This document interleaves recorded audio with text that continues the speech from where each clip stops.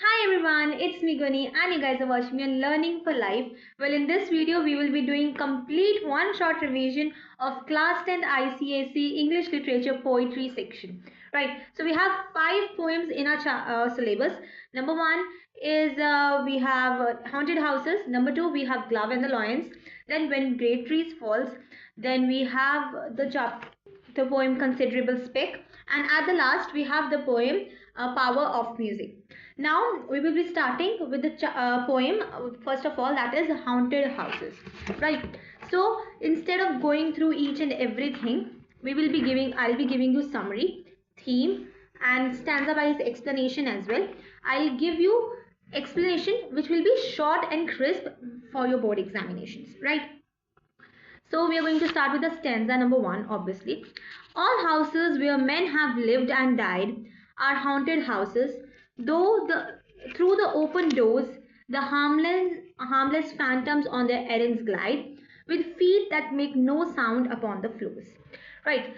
So the poet is trying to say that the phantoms in the poet's poem are souls who roam about the houses where they have lived earlier and stayed in our memories. Now, he begins the poem with a bold statement that houses which have ever been occupied by men and they have died there are haunted houses. मतलब जहाँ पे भी उसने एक बहुत ज़्यादा strong point of view से अपनी स्टोरी स्टार्ट की है, अपनी पोएम स्टार्ट की है कि जिस भी घर में कभी ना कभी कोई इंसान रहा है वो घर हॉन्टेड हाउसेस है. मतलब कहीं कभी ना कभी कोई इंसान वहाँ पे रहा है और वहाँ पे ही मरा है. That house is a haunted house. But the spirits who haunt these houses are harmless. लेकिन ये स्पिरिट्स जो इस हाउस को हॉन्टेड हाउस बनाती हैं वो हार्मलेस है, वो हमें कोई परेशान नहीं कर रही. They are invisible and they glide around silently. वो इनविजिबल है, हमें दिखाई नहीं दे रही है, लेकिन इधर से उधर आराम से साइलेंटली अपना काम कर रही हैं, इधर से उधर चल रही हैं, मूव कर रही हैं. Making no noise with their feet, क्योंकि वो ग्लाइड कर रही हैं तो उनके पैरों की कोई आवाज नहीं आ रही है. These spirits move around the entire house for small purposes and do not interfere with the present occupants and their tasks. So क्या कहना चाह रहा है? From the line we have here the line uh, with feet that make no sound upon the feet. Then yeah, through their errands glide. Right. So he says कि वो अपना काम कर रही है, बहुत इजीली अपना काम कर रही है. एंड हमारे जो ऑक्यूपेंट्स जो अब इस टाइम पे उस हाउस में रह रहे हैं उनको इंटरफेयर करे बिना, उनको डिस्टर्ब करे बिना अपना काम इजीली कर रही है और साइलेंटली कर रही है. They just share the space with man. These man feel the ghost at different places in the house, but it simply feels as if someone is moving in the air. Now he says कि दे सिर्फ वो किसी को interfere नहीं कर रही, सिर्फ वो जहाँ पे जो लोग रह रहे हैं उनके साथ उनकी स्पेस को शेयर कर रही है. तो ये जो लोगों को लग रहा है कि उनके साथ गोस्ट रह रहे हैं वो उनको मतलब इतना पता भी नहीं लग रहा कि वहाँ पे है भी कोई. इट्स जस्ट कि उनकी एयर में कुछ है डिफरेंट. तो मतलब जो उस घर में रह रहा है, जो नरेटर है, उसे तो वो दिख रहे हैं गोस्ट ऑब्वियसली, लेकिन जो बाहर से इंसान आएगा उसे नहीं पता लगेगा कि उस घर में कोई रह रहा है. ठीक है. Then we have the stanza number 2. Okay, so stanza number 2 says, we meet them at the doorway, on the stair, along the passages, they come and go, impalpable impressions on the moving air, a sense of something moving to and fro. So what does he says that in the second stanza the poet has discussed the movement and the behavior of the spirits, कि वो कैसे move कर रही हैं और कैसे behave कर रही हैं. Longfellow says that we can meet the spirits at the stairways, along the passages where those are living move. So he says, वो बताता है कि हमें कहाँ कहाँ स्पिरिट को एक्सपीरियंस कर सकते हैं, कहाँ कहाँ मिल सकते हैं. That is the doorways, the passages, जहाँ जहाँ रह रही हैं वो. As these ghosts are invisible to human eye, हमें नहीं दिख रही हैं, only their movement can be sensed. ऐसा ही लग रहा है जैसे एयर मूव कर रही है, तो उनकी मूवमेंट सेंस हो पा रही है, but they are invisible to the normal eye. He uses the passages and doorways in the poem could be as a symbol of various phases of human life. अब यहाँ से सेकेंड स्टैंडर्ड से आपका metaphorical meaning भी start हो जाता है. सो he says passages, doorways, तो एक ये डिफरेंट ह्यूमन फेजेस की बात भी कर सकता है कि मेटाफोरी में आप कह सकते हो कि वो अपनी मेमोरीज को याद कर रहा है कि हाँ यहाँ पे खड़े होकर वो देख रहा है कि ऐसा कुछ हुआ था मेरे साथ। तो यहाँ पे इधर अगर आप लिटरल सेंस में ले रहे हो तो इट कैन बी गोस्ट, कि गोस्ट वहां पे जो रह रहे थे पहले, लोग रह के मर चुके हैं वहां पे, वो मूव अराउंड कर रहे हैं बिना इंटरप्शन के, आपको तंग नहीं कर रहे, कुछ नहीं कर रहे। बट मेटाफोरिकल मीनिंग में जाए तो इस पोएम का मीनिंग ऐसा आ सकता है कि they those are the memories. Ghost को उन्होंने मेमोरीज के साथ कंपेयर किया है कि वो मेमोरीज जो पीछे रह जाती हैं, कुछ ना कुछ इम्पैक्ट हमारे पे छोड़ जाती हैं, इवन दो अब उनका यू कैन से फ्यूचर में कोई रेलिवेंस नहीं है, बट दोज आर मेमोरीज जो हमारे दिमाग में स्टोर हो चुकी हैं और उनकी वजह से हमारे में बहुत सारे चेंजेस आ चुके हैं। सो तो वो उन्होंने एक लॉन्ग लास्टिंग इम्पैक्ट छोड़ा है। तो when we move through the doors, the passages, तो हमें वो चीज़ें फ्लैशबैक्स आते हैं उस चीज़ के, राइट। उसके बाद the ghost are with the readers during the transition of their life and they are leave their impression in the intangible beings. Intangible means what you cannot touch but you can feel। तो कुछ ऐसी चीजें जैसे memories are intangible, तुम touch नहीं कर सकते but तुम्हें वो मेमोरीज को फील कर सकते हो और देख लाइक विजुअलाइज कर सकते हो। सो ही सेज कि वो गोस्ट जो है वो उनके साथ थ्रू आउट उस टाइम पे थे जब उनके साथ वो इंटैंजिबल थिंग्स हो रही थी, right. Then let's come on to the stanza number 3 that says, there are more guests at the table than the hosts. Invited the illuminated hall is through with quite inoffensive ghosts, as silent as the pictures on the wall.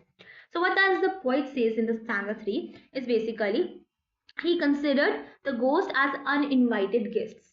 So कुछ ऐसे guest जो host ने नहीं बुलाए हैं, उसको ghost से compare किया गया कि यू कैन से अगर मैंने एक पार्टी रखी है, मैंने कुछ लोगों को बुलाया है अपने घर पर, बट वहाँ पे कुछ गोस्ट्स भी हैं और वो गोस्ट को मैंने तो नहीं बुलाया ना, so those are uninvited guests at the table along with other guest. तो वो वहाँ पे अनइनवाइटेड गेस्ट ज़्यादा हैं, गोस्ट ज़्यादा हैं then the invited guest on the table. So you can से कि मेमोरीज हैं बहुत सारी। When you sit with people, तो इसका मेटाफोरिकल मीनिंग निकालें तो when you sit with people you talk about what happened in the past, right. तो वो मेमोरीज के फ्लैशबैक्स आने, तो वो मेमोरीज वो गोस्ट बन के आ गई हैं। तो आप कह सकते हो कि आपने बुलाया चाहे 2 जनों को ही हो अपने घर पे पार्टी पे या वट एवर किसी भी ओकेजन पे, बट उनके साथ कितनी ही आपने थाउजेंड्स ऑफ मेमोरीज बनाई होती, कितनी ही चीज़ों के बारे में आप बात करते हो। तो उसे मेटाफोरिकल सेंस में लेके जाएं तो वहाँ पे मेमोरीज बहुत ज़्यादा हैं rather than the invited people, ठीक है। There are more guest than the occupants of the house and their number is big. मतलब वहाँ पे गेस्ट ज़्यादा हैं, जितने लोग घर में रहते नहीं हैं उससे ज़्यादा गेस्ट हैं और बहुत ज़्यादा नंबर है। The wall where they meet is beautifully lighted. तो वॉल बहुत ज़्यादा इल्यूमिनेटेड है, लाइटेड है, हॉल लाइटेड है। The uninvited guest that is the ghosts are absolutely silent and cause no harm or do interfere in the task of the host। तो जो ghost हैं वो बिल्कुल साइलेंट है, बिल्कुल इंटरफेयर नहीं कर रहे दूसरे के काम के बीच में। होस्ट क्या कर रहा है, बस अपना साइलेंटली हार्मलेसली बैठे हैं वहाँ पे। मीन्स मेमोरीज हमें याद आ रही हैं कि हमने कुछ ऐसा टाइम स्पेंड किया था, हम उनके बारे में बातें करते हैं, लेकिन वो हमारी आज की ज़िंदगी को इतना इंटरप्ट नहीं कर रही हैं, या वो जो भी गेस्ट खाना खा रहे हैं या यू कैन से इंजॉय कर रहे हैं उस चीज़ को इंटरप्शन में कॉज नहीं कर रही है, ठीक है। That is why then they do not trouble in to other guest. अब ये आप लिटरल मीनिंग में लो कि हार्मलेस होस्ट है तो ट्रबल नहीं कर रहे हैं किसी को। That is why they go unnoticed by everyone. तो क्योंकि वो ट्रबल नहीं कर रहे हैं किसी को, इसलिए उन्हें अननोटिस्ड किया जा रहा है। They make no attempt of getting attention in living ones. और उन्होंने भी कोई अटेम्प्ट ऐसे नहीं किया कि कोई शरारत की हो, क्योंकि जनरली हम मूवीज़ में क्या देखते हैं कि गोस्ट जो है वो कोई ना कोई शरारत करते हैं ताकि उनकी प्रेजेंस फील हो, लोगों को पता लगे कि वो है वहाँ पे। बट यहाँ पे ये जो गोस्ट हैं वो साइलेंट है, पिक्चर्स की तरह, जैसे वॉल्स पे पिक्चर्स लगी होती हैं उनकी तरह वो साइलेंट है, क्योंकि वो नहीं चाहते कि किसी को पता लगे कि वो वहाँ पे हैं, या दे आर हार्मलेस सिंपली, ठीक है। The poet for this reason made the use of simile to describe the invisible guest, that is the ghost. He compares them to the silent pictures on the walls. Right. So that is why उसने उसको silent pictures की तरफ compare किया, क्योंकि जैसे picture silent होती है वो किसी को कुछ नहीं कह रही, just they are there, but वो किसी को इंटरप्शन नहीं कॉज कर रही है। वैसे ही जो गोस्ट है वो वहां पे हैं, लेकिन वो किसी को इंटरप्शन कॉज नहीं कर रहे हैं। Let's move on to stanza number 4 that says the stranger at my fireside cannot see the forms I see, nor hear the sound I hear. He but perceives what is while unto me all that has been visible and clear. So the first stanza refers to the stranger who is sitting at the fireside at the house of the speaker. जो invited guest है, वो stranger जो fireside के पास में बैठा है speaker के घर में, उसकी बात हो रही है. Here the speaker mentions that only the speaker can see the phantoms roaming in the house. मतलब सिर्फ होस्ट जो हमारा स्पीकर है उसे ही फैंटम्स जो है घर में इधर उधर चलते दिख रहे हैं या उनकी आवाजें सुनाई दे रही है. The stranger is immune to their presence. Immune word यहाँ पे बहुत अच्छा यूज किया गया. इम्यून हम बेसिकली डिसीजेस के बात में कॉन्टेक्स्ट में यूज करते हैं कि he is immune to this disease, कि उसे ये चीज नहीं होती है, ये डिसीज नहीं होती बिकॉज उसकी अच्छी खासी इम्यूनिटी बन चुकी है. So that is exactly what the speaker is trying to say, कि स्ट्रेंजर को वो चीज़ नहीं दिखती, वो गोस्ट नहीं दिखते, क्योंकि वो उनके इम्यून है, क्योंकि वो उसे परसीव ही नहीं कर सकता है. राइट. तो immune to their presence, ghost को नहीं, जो गेस्ट है उन्हें नहीं पता कि यहाँ पे कोई घोस्ट है. ठीक है. Neither see any ghost not here any sound. तो उन्हें ना ही घोस्ट की प्रेजेंस फील हो रही है, ना वो उसे देख पा रहा है, ना उसे फील कर पा रहा है, ना उसे हियर कर पा रहा है. A thought may arise in the reader's mind that the speaker may be imagining things and probably the ghost exists only his mind or memory. So here where metaphorical part of the poem comes. So it says कि अब हमने जब ये line आती है कि the guest can not सी और here the ghost the phantoms near him, तो स्पीकर के रीडर के मन में, जैसे हमारे मन में ये बात भी तो आ सकती है कि may be the poet is only imagining things, imagining the ghost, कि सिर्फ पोइट को दिख रहे हैं, किसी और को नहीं दिख रहे. सो मे बी वो उसकी मेमोरीज हैं, फ्लैशबैक्स हैं जो पोइट सिर्फ इमेजिन कर रहा है, दैट इज वाई कि वो सिर्फ पोइट को दिख रहे हैं. सो that is hallucinations. May be the poet is hallucinating. Right. Between the stranger and the speaker, the poet has shown the speaker having a stronger power of sensing the presence of ghost in the poem.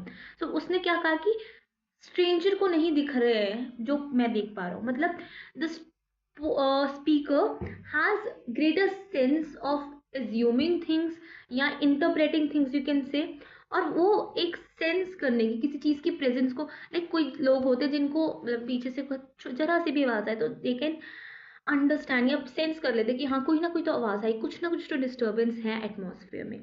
सो वैसे ही जो speaker की sensing power है that is greater than the sensing power of the guest. Right. The strangers can only perceive the ghosts but the speaker can see them और here his sound. तो हो सकता है कि जो स्ट्रेंजर है गोस्ट उसे ना दिखे और यहाँ उसी से फील उसकी प्रेजेंस फील हो रही हो कि कुछ हवा चल रही है या कुछ, लेकिन जो स्पीकर है यहाँ पे वो उन्हें देख भी पा रहा है, सुन भी पा रहा है. These speakers seem to have extraordinary skills unlike normal humans. तो उसके पास एक एक्स्ट्रा स्किल है कि वो गोस्ट को देख पा रहा है, सुन पा रहा है, जो जनरली नॉर्मल ह्यूमंस के पास नहीं होता. Let's move on to para number 5. So this is a long poem. If I say haunted houses, तो इसमें थोड़ा सा टाइम लगेगा. Afterwards other poems will be quickly done. Right. So let's move on to the next paragraph, that is stanza number 5. It says, we have no title deeds to the house or lands, owners and occupants of earlier dates, from graves forgotten stretch their dusty hands and hold in mortmain still their old estates. Right. So what he says, the poet talks about the perspective of the ghost. अब वो poet ghost के perspective से बात कर रहा है कि the ghosts are the spirits of dead people who have lived in the houses. So जो earlier वहाँ पे लोग रह चुके हैं उनकी spirits हैं.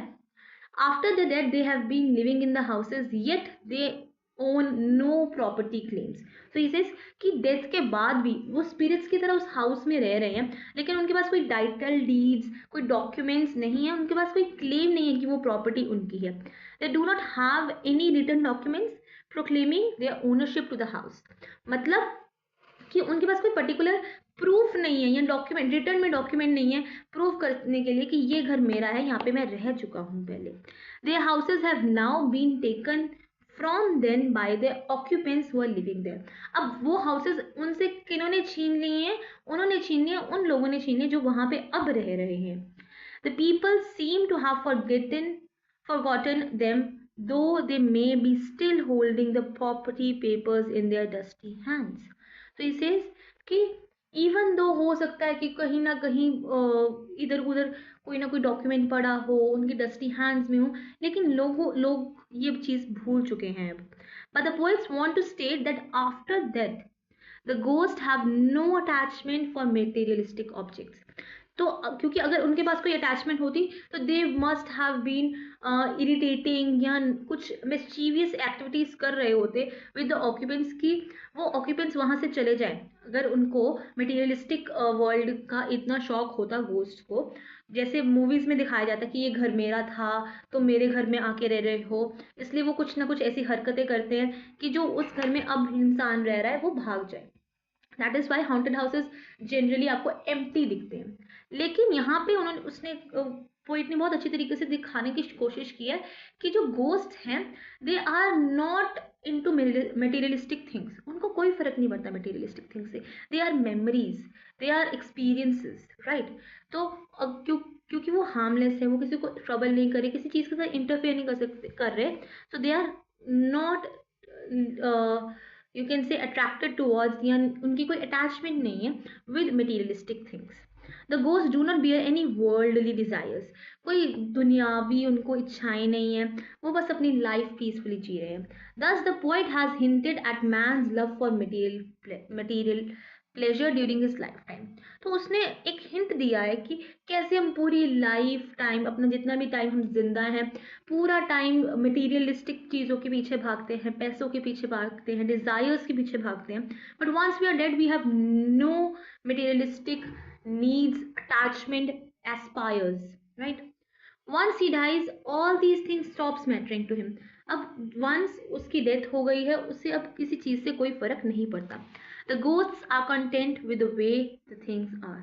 वो वैसे ही खुश है जैसे चीजें चल रही हैं, बिकॉज उन्हें पता है अगर उनको इस टाइम पे ये चीज मिल भी गई तो उनका कोई फायदा होने वाला नहीं है।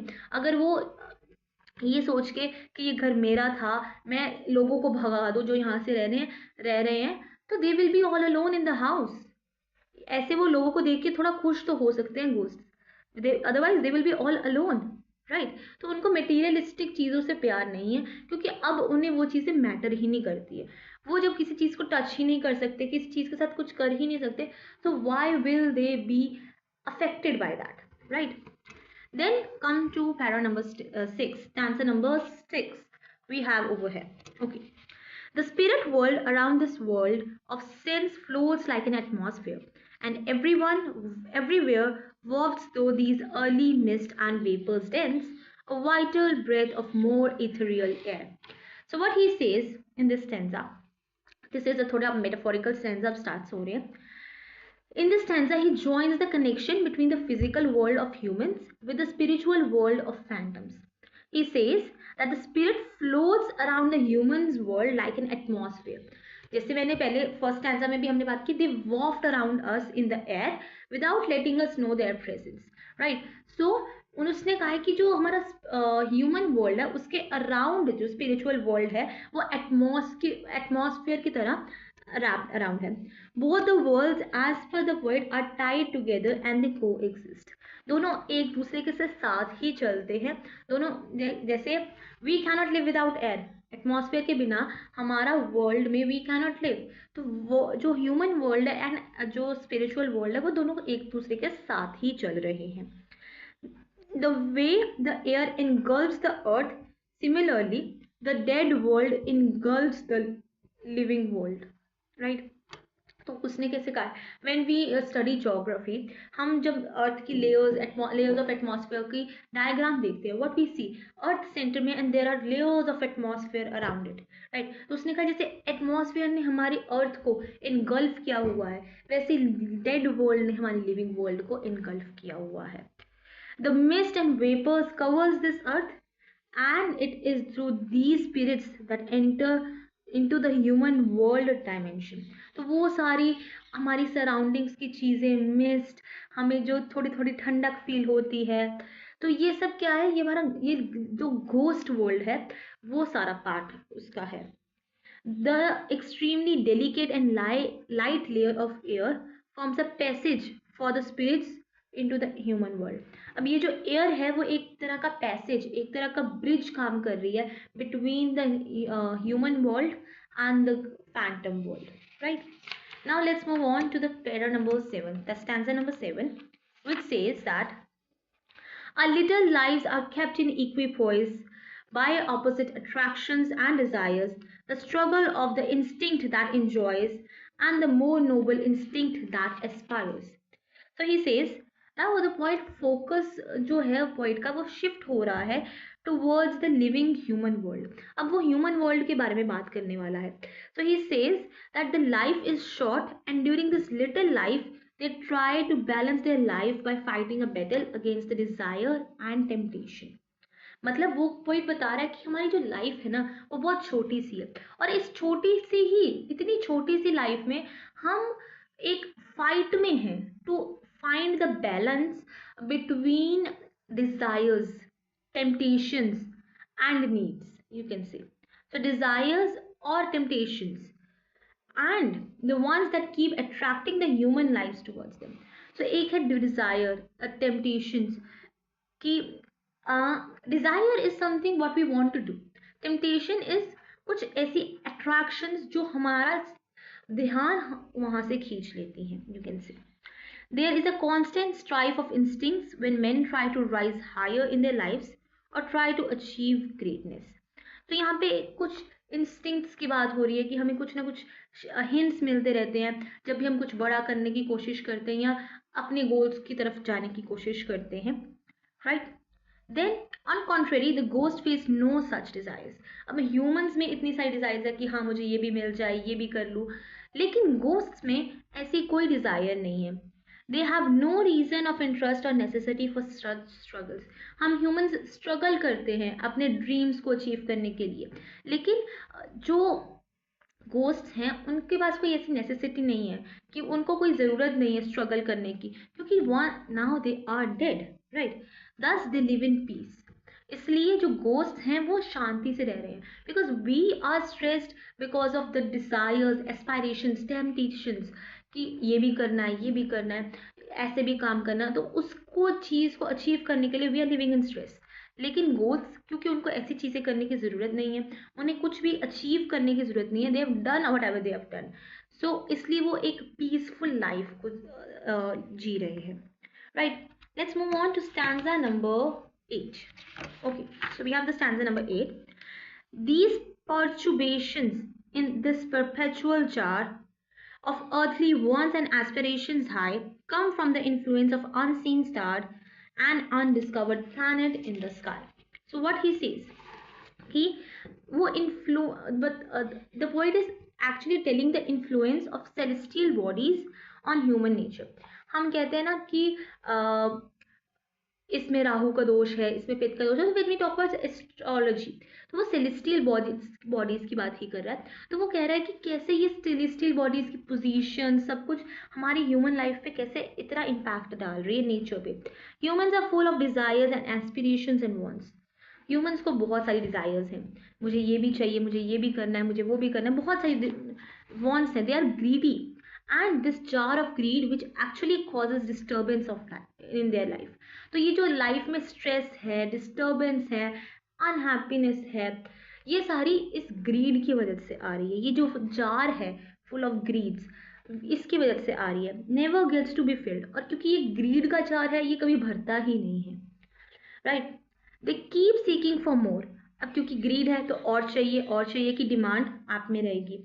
The living are never content with what they have. हम अब कभी खुश नहीं होते कि हमारे पास जो है, we are happy with what we have. हमें हमेशा और की चीज़ और चाहिए होता है. So we are greedy in nature. They are curious to know more and get more. हमें और जानने की इच्छा है। अगर हमें कोई इन्फॉर्मेशन मिली है तो वी आर लाइक नहीं और बताओ इसके बारे में, tell us more about what happened, what is the incident. या अगर कोई चीज़ मिली है तो हमें और की डिज़ायर होती है। If you buy a car we are like car ले ली है, we are happy for some time, but when we see a bigger car, a bigger model, तो हमें होता है कि नहीं, now we want that one, हमें ये वाली नहीं चाहिए, right. So we are never content, we are never happy with what we have, right? But the poet says that it's the influence of some unseen star or unseen planet in the sky. और poet क्या कह रहा है कि ये grid का जो कारण है, that is because of an unseen star या एक अनसीन प्लैनेट जो अभी डिस्कवर नहीं किया हुआ है स्काई में. It means that the humans are perpetually struggling to know more about things around them or even far in the sky. अब humans के अंदर एक ये इच्छा है, डिजायर है to know more about whatever is going on around them and as well as in the far sky. उनसे दूर जितनी भी दूर चीजें उस वहां पे भी क्या हो रहा है उस चीज को जानने के लिए we humans are very very very perpetually struggling. हम जानना चाहते हैं कि क्या हो रहा है. They are not content with what they have. We are not happy with what we have. Right? Now let's move on to stanza number 9. That is, and as the moon from the dark gate of cloud throws over the sea a floating bridge of light, across whose trembling planks our fancies crowd into the realm of mystery and night. So this is an important paragraph. Last two paragraphs are very important. So let's understand this. Now, the poet here, uses various images of dark night, clouds, and moons to express the element of mystery and unknown relation in the human fancies. So यहाँ पे उसने जो line बोली है, some dark glade of cloud, moon, and then he says floating bridge of light, fancies to crowd. तो उसने mystery और एक ऑरा क्रिएट करने के लिए ये सब वर्ड्स यूज किए हैं. The moon that shines in the sky and peeps through the opening in the clouds shines brightly over the sea. तो वो कह रहा है कि जो मून हम सन मतलब क्या स्काई में इतना सुंदर मून दिख रहा है, उसके आगे कभी कभी बारी क्लाउड्स भी आ जाते हैं. तो क्लाउड्स जब हटते हैं थोड़ा सा तो अंदर से पीप करके उसकी जो लाइट, शाइनिंग लाइट आ रही है, वो जब सी के ऊपर पड़ती है brightly, this opening in the cloud is referred to as a dark grade. अब ये जो ओपनिंग है क्लाउड्स की, थोड़ी सी ओपनिंग, उसे हम डार्क ग्रेड की तरह रेफर किया गया है. The moon light that illuminates the water of the sea is compared to the floating bridge. अब वहां से जो लाइट आ रही है, जो वाटर के ऊपर पड़ रही है, सी को ब्राइट बना रही है, उसे ब्रिज ऑफ लाइट के साथ या फ्लोटिंग ब्रिज के साथ कंपेयर किया गया है. The bridge becomes a passage for the souls to travel from the sky into the human world. तो फैंटम वर्ल्ड से ह्यूमन वर्ल्ड में आने के लिए वो एक पैसेज की तरह काम कर रहा है. The planks of this imaginary lighted bridge seem to shake. अब ब्रिज किससे बना होता है? प्लैंक से बना होता है. तो जो लाइट आ रही है वो कह रहा है कि वो जो इमेजिनरी ब्रिज के प्लैंक्स है वो शेक कर रहे हैं. But our imagination travels over them and reaches to the world of mystery. लेकिन even though they are shaking, हमारी जो imagination है वो उसके ऊपर से भी travel करके mysterious world की तरफ जा रही है. This world is unknown and beyond the reach of humans. अब क्योंकि सिर्फ इमेजिनेशन ही ट्रेवल कर पा रही है, क्योंकि हम तो ट्रेवल नहीं कर पा रहे, इसलिए ये जो वर्ल्ड है ये अभी भी हमारे लिए अननोन है एंड हमारी रीच से बहुत बहुत बहुत बाहर है. So from the world of spirits there descends a bridge of light connecting it with this over whose steady floor that sways and bends wanderer thoughts above the dark abyss. So this is the last stanza and it says the poet have become reflected towards the end of time. तो अब वो पूरी चीज को reflect करके एक you can say conclusion पे आ रहा है. He has hinted towards the spirit world present beyond the sky. उसने कहा स्काई से भी दूर है spirit world. From this world of spirits there develops a connect with the human world. और वहां से ब्रिज ऑफ लाइट के थ्रू एक कनेक्ट बन रहा है ह्यूमन वर्ल्ड में. The light which falls from the sky on to the earth works as a bridge of this phantoms in the dark mysterious sky. As I told you, the floor of this bridge is not firm, it's unsteady, it's shaking. ठीक है. which means that a fancy is not substantial and firm. हमारी जो इच्छाएं हैं, हमारी जो aspirations है, desires है, वो फर्म नहीं है. हमारे जो गोल्स हैं वो फर्म नहीं है. They are substantial. They are not substantial. वो मूविंग है. They are, you can say, ज़्यादा, you can use the word over here, they are trembling, right? It keeps shaking. Similarly, the bridge of flight is not steady. जैसे हमारे goals shake कर रहे हैं, वैसे ही bridge of flight भी है, वो भी स्टेडी नहीं है. It keeps swaying to and fro, bending from one side to other. To and fro हो रही है, एक साइड से दूसरी साइड बेंड कर रही है. Our thoughts travel through this bridge and move into the unknown and unfathomable world which is dark and unclear. और इसी ब्रिज से मूव होते हुए हमारे थॉट्स उस वर्ल्ड में जाते हैं जो कि डार्क और अनक्लियर है, because it is out of the reach of humans. हम इमेजिनेशन से ही वहाँ पे पहुँच पा रहे हैं. We can not go there, right? Now what we can know is, let's take a quick summary of what we all have done, in this poem. So I'll be doing it in English. तो मैं English में आज थोड़ा सा इसलिए ज़्यादा focus कर रही हूँ because you have to write your answers in English. और यहाँ पे मैंने आज काफ़ी सारे कुछ ऐसे वर्ड्स यूज़ किए हैं जो कि आप अपनी आंसर राइटिंग में यूज़ कर सकते हो to get the attraction and attention of the person, right? Now, summary. Many countries around the world celebrate 2nd November as the Day of Death. On this day, the people remember their loved ones who have passed away. To remember them, they visit their graves or attend special religious services. The title of the poem may suggest that the poem is about paranormal scary activities or some menacing ghosts and spirits. But Longfellow, through this poem, Haunted Houses, erases these fears by diminishing the line between memory and supernatural existence. In this poem, the people who lived in there have actually been living in the haunted houses. These houses are crowded with these ghosts who are everywhere. These souls who departed from earth, according to the people, still linger in the former dwelling places. They are present at the passage and glide around the house. Only their presence can be felt, invisible as they are. They are harmless and as silent as the pictures on the wall.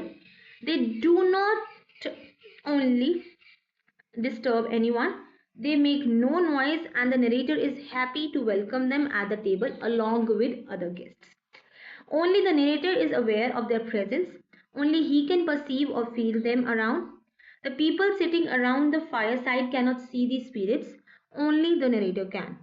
At some point, it seems that these ghosts are the memories and the images in the mind of narrator. The narrator says that these spirits are the owners of the houses, do not own the house now, and do not carry any property deals, which means materialistic pleasures do not affect them and they have no worldly desires. Thus, the poet makes the spirits look good. Spirits have no temptations. The human's jar of greed is never full, which is influenced by an unexplored star and planets which make them curious. Moon have been viewed as an object of mystery. The poet connects the virtual world of thoughts and feelings present in a mind with the world of spirits. Thus, Longfellow's poem reflects on the supernatural elements as being harmless. I hope the summary is clear. यहाँ पे इस summary में बहुत सारे कुछ अच्छे points दिए हुए हैं which you can use in your answers. Now let's move on to the theme of the poem. So Longfellow, through this poem Haunted Houses, wants to tell the readers that every house has phantoms as those who have lived in it before, and one should not forget about the people who have lived in them before.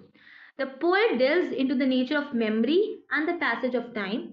The poet laments about how time passes very quickly and with it moments and lives fade away, leaving behind echoes and memories. तो यहाँ पे आपको metaphorical point समझ आएगा. The prominent theme highlighted by the poet is the transient nature of time and fleeting nature of human existence.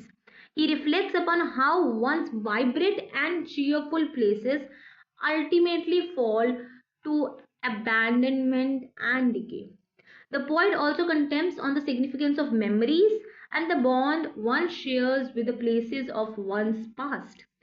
Longfellow emphasizes that although the materialistic possessions may deteriorate, the remembrance adhered to them persist and preserve the essence instilled in them. ये point थोड़ा सा you can find it difficult, but वो क्या कह रहा है कि even the materialistic इच्छाएं, हमारी डिजायर्स फेड अवे हो जाती है आफ्टर डेथ, लेकिन वो रिमेम्बरेंस, वो मेमोरीज वो स्टिल परसिस्ट करती हैं और उनके अंदर रहती हैं even after the death. Thus, Haunted Houses by Longfellow is impressive probe into feelings of nostalgia, unseizable passage of time, and unreasonable power of memories. He shows that the past, though gone, yields a powerful impact on the life. The souls who linger in our memory linger in our homes as harmless phantoms. जैसे मैंने आपको कहा था, इसका metaphorical sense निकाले poem का, तो the phantoms are actually the memories which we have made in the past. Right. Now, what are the poetic devices in this poem? Because poetic devices are very important from the exam point of view. So first of all, simile is used over here when two unlikely objects are compared by using the word as या like. ठीक है. So example, floats like an atmosphere or as silent as the pictures on the wall. You can mark them in your books. Then we have metaphor, expression that describes a person or object by referring something to considered to possessors similar characteristics. मतलब किसी चीज की similar characteristics होने की वजह से उसे उस चीज के साथ कंपेयर करना. ठीक है. सो एग्जाम्पल, मॉटमैन यूज किया गया है as the metaphor for the past ownership की वजह से, या unseen star, undiscovered planet in the sky influences की तरह डिस्कवर की गए हैं in our lifes. Then we have imagery में can say some dark gate of cloud, there is a good imagery. Yeah. Then symbol, open door symbolizes the excess of past through which our memories enter. So this is symbolism. Graves forgotten is symbolism. Floating bridges of light is symbolism. Then alliteration we know when repetition of same consonant sound in the beginning of two or more words in a particular line. So impalpable impressions, little lives, perturbations and perpetual charm. Right. So that's all about haunted houses. We have completed this poem in 40 minutes around, because this poem was a little metaphorical. थोड़ी सी it is very difficult to understand. Honestly, it is a most difficult poem of the syllabus. So लेकिन I hope अब आपको समझ आ गई होगी. It was a quick revision. It is required. ये video अगर आप देख के जाते हो in your exam for this particular poem, I can assure you you will be able to get marks, because मैंने आपको proper कुछ words provide किए हैं जिससे आपका आंसर more effective हो सकता है. Is few MCQ questions for you. So question number 1 is, the ghost of Longfellow are A. fearful, B. interfering, C. inoffensive, or D. troublesome. The next question we have here is, what brings the ghosts to see the houses? A. a wish to trouble humans. B. memories and emotions associated with them. C. jobs that they had left incomplete while they were alive. D. questions left unanswered. So I would like कि आप लोग इस दो questions का answer in the chat section, comment section दो. Now that we are done with the haunted houses, we are now going to start with the second poem, that is The Glove and the Lions. Right. So फटाफट से इसकी summary and quick explanation लेते हैं. We will start with the very first stanza that states, King Francis was a hearty king and loved a royal sport. Means King Francis was a cheerful, friendly, big-hearted king who loved entertainment, likes entertainment, right? And one day, as his lions fought, sat looking on the court. So the king was sitting in his court, looking at the lions, as his lions, जो उसके owned lions थे, वो fight कर रहे थे. So he was looking at them. The nobles filled the benches, and the ladies in their pride. Pride means to show display here. The show off display, right? So, and amongst them sat the Count de Lodge with one whom he sighed. And truly it was a gallant thing to see the crowning show, valor and love, and the king above, and the royal beasts below. Now here the royal beasts are referred to as the lions. So what will be the explanation of this stanza? The poem Glove in the Lion is set in a royal court. So सबसे पहले इसकी setting कि where is the poem set? So this can be the question. So it is a set in the royal court of King Francis, and in that court, King Francis, his noblemen and ladies are gathered to enjoy the thrilling fight between between the kings of jungle, that is the lion. Now the courtiers means the noblemen, are seated in their comfortable seats, while the beasts, that means the lions, are being forced to fight for their pleasure and amusement. Metaphorically, if we talk about this thing, first of all it was in literal sense कि दो lines लड़ रहे हैं, king बैठा है ऊपर, ऐसा सब कुछ हो रहा है. Now if you talk about metaphorically कि इसका एक्चुअल में अगर मेटाफोर की तरह आंसर निकाले तो what is the reason? The term beast also refers to nobleman, since they are too indulged in plotting and treachery among themselves to please the king to gain his applause and favor. Very nice thing है said कि जो हमने royal beasts below का है, beast अगर हम metaphorically देखें so we are using beast for noble man, जो किंग के कोर्टियर्स हैं उनके लिए, बिकॉज वो बहुत सारे टैक्टिक्स एंड स्ट्रैटेजीज लगा रहे हैं, कुछ ऐसी चीज़ें ट्राई कर रहे हैं जिससे वो किंग को प्लीज कर पाए, मक्खन लगा पाए, ताकि किंग उनके फेवर में आ जाए, उनकी अप्लॉज करे, उनकी तारीफ करे. The poet calls the king hearty, referring to his light-hearted and good nature. The king seems to be a little distracted by the charm of the beautiful ladies that are sitting there. She is beloved of one of his nobles, and that is Count de Lodge's beloved, Count de Lodge. He sighs and longs for affection and attention. So the line states here, and amongst them sat Count de Lodge with one for whom he sighed. And truly it was a gallant and brave thing. So the king was sighing for attention and affection from the Count de Lodge's beloved, right? First of all. Now, the stanza number 2 says, rammed and roared the lions with horrid laughing jaws. They bit, they glared, they gave blows like beams. A wind went with their paws. With wallowing might and stifle rolled, they rolled on one another, till all the pit with sand and mane was in thunderous smother. The bloody foam above the bars came whisking through the air. Said Francis then, faith, gentlemen, we are better here than there. So this is a very important line. Faith, gentlemen, we are better here than there. You can be asked to explain this particular line because इसका बहुत ज़्यादा important meaning है यहाँ पे. Otherwise, this paragraph is full of poetic devices. सबसे पहले यहाँ पे hyperbole यूज किया गया है, exaggerate करा गया है for the lions fight को.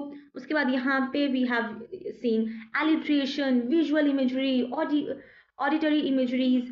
We have used simile, personifications, metaphor. So this paragraph is full of poetic devices. तो इसके chances काफी ज़्यादा हैं आपके एग्जाम में आने के.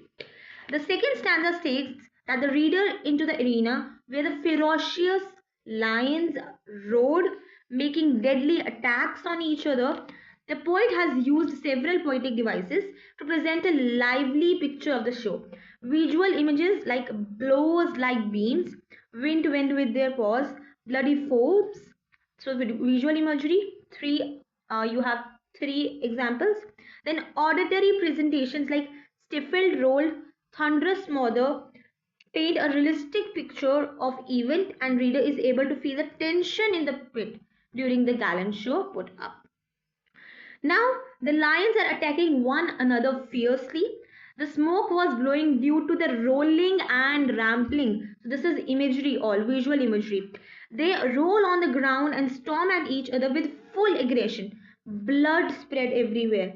They roar at each other with nasty laughing jaws. Yeah, here they have also used oxymoron for horrid laughing jaws.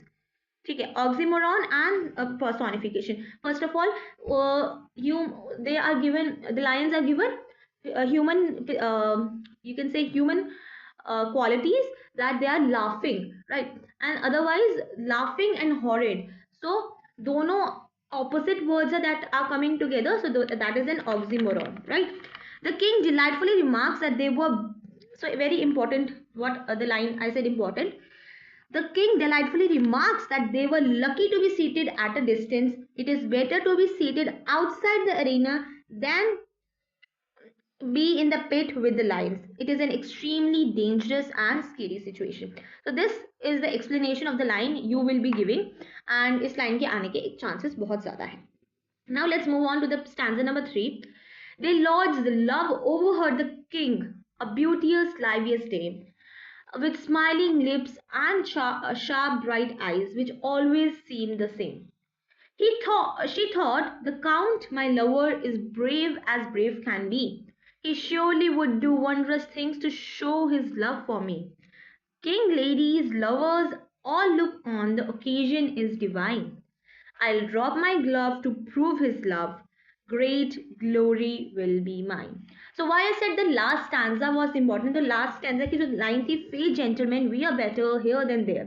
इसी से पूरी स्टोरी का प्लॉट बनेगा, क्योंकि वहां से फर्स्ट ऑफ ऑल आपको क्वेश्चन आ सकता है कि explain the line, what, why did the king said this, right? उसके बाद आपको क्वेश्चन आ सकता है कि हु ओवरहर्ड, एंड उसका रिएक्शन क्या था, जिस जने ने ओवरहर्ड किया उसका रिएक्शन क्या था, उसका रिएक्शन की वजह से उसके दिमाग में क्या थॉट आया, उस थॉट का कॉन्सिक्वेंस क्या था, वो थॉट क्यों आया. So this line can result into various questions from above as well as below the passage, below this paragraph as well.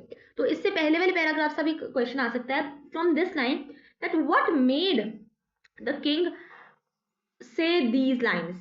So what, where was the king present, what was happening there? So ये line एक तरह से इस stanza में इस poem में 3 lines हैं जो कि बहुत इंपॉर्टेंट है. सबसे पहले ये वाली line, second line is in this paragraph, that I'll drop my glove to prove his love, great glory will be mine. So who said these words, why were these words said, how the glory will be hers. यहाँ अगर आप अपना एक competency based या थोड़ा structured thinking analytical वाला question डाला जाए, so was it true, was the glory were hers in the end, what had happened, why do you think so. So ऐसे questions आ सकते हैं, right? So let's look at the explanation of this paragraph. Count de Lodge's lover, a pretty and cheerful young lady with a smile on her face, bright sparkling eyes, had some thoughts traveling in her mind. She was truly impressed by the magnificence and power of the king. A desire to test her own lover's courage arises in her mind. Her vanity gave way to foolishness. She wished to see if her lover as courageous as the king, or the probably wanted to uh, bask in his happiness and pride if proved right. He fully believed that her lover would do anything to display his love for her. She decides that it was the best occasion to put her lover to the test. The audience was present, the ground was set. She planned to drop her glove in the arena of the ferocious lions and waited to see her lover get it back for her. So why the occasion was divine? The occasion was divine because everything was perfect, audience was present, ground was there, and it was the best occasion to get the glory, to get the attention, seek the attention, you can say, to satisfy her ego and prove her love, right? So इसकी थोड़ी सी हिंदी में भी explanation I give कि count the laws की जो beloved थी उसने overheard किया किंग को, and she was very beautiful. उसकी चार्मिंग लिप्स, आईज, सब कुछ उसके बारे में बताया गया है. उसके बाद उसने कहा है कि उसने सोचा कि जो मेरा बिलवड है, मेरा लवर है काउंट द लॉज, वो इतना स्ट्रॉन्ग, इतना पावरफुल, इतना करेजियस, इतना ब्रेव है जितना ब्रेव कोई हो सकता है. तो वो ये देखना चाहती थी कि क्या मेरा जो लवर है वो इतना ब्रेव है, she knew but she still wanted to test. वो टेस्ट करना चाहती थी कि वो, उसको पता था कि वो इतना उससे प्यार करता है, वो इतना उससे बिलवड है, उसका इतना ब्रेव है कि वो उसके लिए वंडरस थिंग्स कर जाएगा, इम्पॉसिबल थिंग्स भी कर जाएगा, right. But still she wanted to test him and she tested him by throwing her glove into the lions pit. और वो देखना चाहती थी कि कैसे वो लेके आएगा, और उसने सोचा कि सारे बैठे हैं, and when someone will put his life in danger for her, कि वो स्पेशली लायंस के पिट में जाके हम मेरे लिए ग्लव ला रहा है and doing every thing for him her, और वो इतना ब्रेव है, सारी ग्लोरी उसके तरफ हो जाएगी कि हाँ ये लड़की कितनी अच्छी है, इसके लिए देखो उसने ऐसा कर दिया। So she wanted to satisfy her ego, to get the vanity, pride. That's why she did this. ठीक है, now let's move on to the last paragraph. She dropped her glove to prove his love and then looked at him and smiled. He bowed in a moment, leaped among the lions while the leap was quick, return was quick. He has regained his place, then threw the glove, but not with love, right in the lady's face. By God, said Francis, lightly done, and he rose from where he sat. No love, quoth he, but vanity sets a love task like that. This is the third line which I was saying was very important. That is, no love, but vanity sets love a task like that. So ये भी explain करने के लिए आ सकती है. So these are the three lines which are very important in your poem, right? So let's just talk about the explanation of this paragraph. The lady does what she plans to do. She drops her glove into the pit of the glaring lions. Then she turns towards her lover, looked at him, and gave him a smile. Who so the lodge immediately jumps amongst the lion in the arena. He retrieves the gloves and throws it on her face. So here comes the irony. So एक poetic device जो यहाँ पे use किया गया है, that is irony. That something opposite happens of what is expected. So the lady was expecting कि वो लेके आएगा glove and उसे बहुत प्यार से डालेगा उसके हाथ में. But what happened? जो irony क्या हुई? She threw the glove with anger on the lady's face. Right? So King Francis then approves the count's action of throwing the glove. He acknowledges that uh, it was right that the count threw the glove at her face, and justifies it by saying that it was right for him to do so because no love would subject her love to such horrible danger. So here, no love but vanity sets love a task like that. That is the explanation of this line. It was her pride and vanity that prompted her and blinded her. She did not for once think or worry about Count's safety. She did not even think about his honor or reputation if he would have been unable to bring back the love. So कोई भी अगर किसी से इतना प्यार करता है तो he or she would never put someone's life in danger just to prove her or his vanity and pride.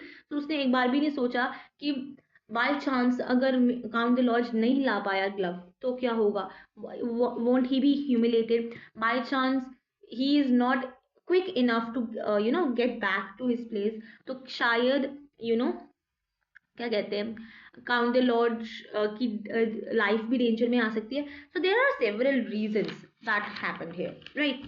उसके बाद let's talk about the poetic devices that I used in the poem that I already told you that there are several poetic devices like metaphor, and we have irony, we have alliteration, we have personification, imagery, we have hyperbole, we have oxymoron over here. So ये सारे के examples मैंने आपको साथ साथ में ही दे दिए हैं, right. उसके बाद आता है we have here the summary of the poem. So just listen to that summary very nicely. I'll be speaking that. Yeah. So The Glove and the Lion is a poem about a brave man who goes to extreme lengths to prove his love, but things do not go quite as expected. The poem starts in the king's court where everyone is watching dangerous lion fight. Among the audience, there's a man named Count de Lodge who really likes a woman in the court. This woman knows that the Count likes her. She thinks of a daring test for him to prove his love for her. This test involves her dropping her glove into the pit where the lions are fighting and expecting him to jump in and get it back for her. To her glee, Count de Lodge does not back down from this challenge. Upon throwing off the glove, he quickly jumps into the pit, grabs the glove, and hops back out before the lions can harm him. But instead of giving the glove back to the woman as a symbol of his love, he throws it at her face. The king, who's been watching all of this, thinks that the count was right. He believes that the woman was just showing off and it was not fair to test his love in such a dangerous way. The poem ends with the king saying that it was the woman's vanity, not true love, that made her drop the glove in the first place. Now let's talk about the themes of the poem. So the themes of the poem are love versus vanity, courage and bravery, chivalry and gender roles, along with power and spectacle. So how you can write? The glove in the loin has a very evidently criticized the risky games played in the royal court, along with the games played in the love for selfish interest. Count de Lord's beloved drops her glove in the arena where lions are fighting as a sport to challenge her lover to prove his love and fetch glory for her. Her lover fulfills her expectations without any hesitation. He jumps into the pit, risking his life against the hungry, ferocious lions, and retrieves her glove. She puts her lover's life in danger only for an extravagant, manufactured display of love and superficial assurance of of his feelings for her. The second theme that the poet has highlighted in the poem is the ill treatment of animals for the sake of human entertainment and pleasure.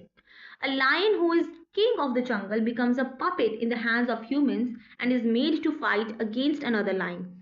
It becomes an object of entertainment for the captivators. The lion's fight also refers to the race of superiority among the nobles of the court in order to gain favor of the king. Now that's all about this poem.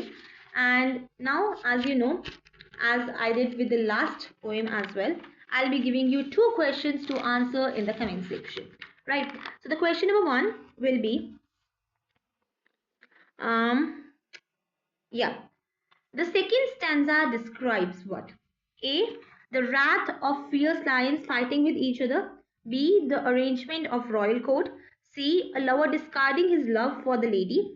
D. The lady's plan of dropping the glove into the pit. And the second question is here. According to the king, the lady had tested her lover. A. To have his love for her acknowledged. B. Garner attention and show her vanity. C. Prove him a brave person in front of everyone so that he may gain more respect. D. Because she was proud of her beauty and considered her lover a servant. Right? Now, that's all. Now we are going to start with the poem number 3, that is When Great Trees Fall. So this poem was written by Maya Angelou, who wrote this as an eulogy. Eulogy is a funeral speech for for her great friend, that was James Baldwin. So this is an emotional poem and it shows the similarity between the nature of humans and our nature, right? So, and here the main poetic device used is the metaphor. Metaphor is the great trees is a metaphor for great people, great men, great souls who have affected our lives somewhere and somehow, right? Now, when great trees falls, rocks on distant hills shudder, lions hunker down in tall grasses, and even elephants lumber after safety. Right? And then, just give me a second. Safety. Yes. So, what is the explanation of this stanza? In the poem, Maya Angelou has discussed the different stages of grief, that is isolation, anger, depression, then at last acceptance. So what are the different stages of grief or sadness? So first of all, we are isolated. We don't know what is happening in the environment. We feel like everything is ended. So we are all alone. So अभी मैं आपको examples भी दूंगी afterwards in this poem, that where it has shown isolation, where it has shown anger, where has it shown depression, right? Then number two is anger. We realize that they have gone, and we now are angry at ourselves as well, ourselves, for not taking those promised walks, and we are regretful, right? Then there is depression. That is a cause of that is the result of regret. Ki now we actually understand their importance, how unnourished our soul is. Then at last there is acceptance. When peace blooms slowly and gradually, we accept that they are no longer with us, but they have impacted our lives in such a way that our life is at its best right now just because of them. And we are grateful, we show gratitude that at least they existed, and we had uh, some in some or other way we spent some time with them. So through the death of a great soul, which could be significant and eminent person in someone's life, the poet uses the extended metaphor of great trees to highlight the impact of demise of an exceptional personality. When some big tree in the forest falls, the vibration spread far and wide. The impact shakes the rocks even on the distant hills. Even ferocious and courageous animals like lion crouches low amidst the green field. Formidable animals like like an elephant trundles and seeks shelter. Falling of a great tree symbolizes the loss of a great person. The image of rock shaking on a distant hill symbolizes the way how even distantly associated people feel the despair and agony. So what he is trying to say, वो कहना क्या चाह रहा है, वो कहना ये चाह रहा है कि जब कोई बड़ा पेड़ गिरता है, अगर इसका लिटरल मीनिंग देखें तो एक बड़ा पेड़ क्योंकि उसकी रूट्स दूर दूर तक फैली होती हैं, so it has a great large impact. वैसे ही अगर हम किसी ग्रेट पर्सनैलिटी की बात करें, if we take example Indian के साथ, इंडिया के हिसाब से अगर हम एग्जाम्पल है, we talk about Ratan Tata. So when we talk about Ratan Tata sir, we says कि he somehow impacted the life of people, and when he died, we all were sad, we were all impacted, even though we didn't know him personally. हम उन्हें personally नहीं जानते थे, but somehow we felt sad that a great personality has died who has done a lot of things for us, right? तो उसी तरह से जब great soul कोई die होता है, so we even distant people, like they have said, rocks on distant hills shudder. तो distant people जो इतने पास भी नहीं थे, जो उससे शायद पर्सनली नहीं भी जानते थे, उनकी भी लाइफ पे इम्पैक्ट पड़ता है, उन्हें भी सैडनेस का फीलिंग आती है. जो करेजियस बड़े बड़े लायंस हैं, करेजियस फिरोशियस एनिमल्स हैं, वो भी हंकर डाउन कर जाते हैं, क्राउच डाउन कर जाते हैं ग्रासेस में. जो दूसरे एलिफेंट्स जैसे हैं, एलिफेंट्स भी भागते हैं सेफ्टी की तरफ. So it is all that showing what impact a great tree, a great soul has on its surroundings, right? Then next, when great trees fall in forest, small things recoil into silence, their senses eroded beyond fear. So what he says, the poet then talks about how people react after the suffer through such a loss. हमारा क्या reaction होता है when huge trees collapse in the woods. अगर हम इसे literal meaning में देखें, woods में देखें, तो एनिमल्स कर्ल अप कर जाते हैं साइलेंस में, suggesting that the loss of great person leaves most potent people powerless. मतलब अगर इसे हम मेटाफोरिकली देखें, तो जब कोई बड़ा इंसान की डेथ होती है, जो मोस्ट यू कैन से पीपल हैं, मोस्ट पोटेंट पीपल भी, वो भी पावरलेस हो जाते हैं. वी कैन से कि यू कैन से एग्जाम्पल लेते हैं, अगर डॉक्टर्स की बात करें, व्हेन समवन डाइज, तो उस टाइम पे सबसे ज़्यादा powerful, if you can say, god के अलावा डॉक्टर ही है. But when someone dies, when it has come to near the end, वो डॉक्टर्स भी पावरलेस बन जाते हैं. When the god has decided that this person has to go, it means it has to go, you cannot do anything, right? तो most potent people भी जो हैं वो पावरलेस बन जाते हैं. They enter into a cocoon of silence. उन्हें shock लगता है, they don't know what is happening, their reasoning and practicality is sabotaged due to unknown fear. अब एक फियर आ जाता है कि what we will do without them, our whole life was dependent on them, अब हम क्या करेंगे। so for that, because of that fear, हमारे senses erode हो जाते हैं, the ability and the power to think and interpret things goes away, right? The pain of such a loss seems to erase all the time the dead one brought into the world।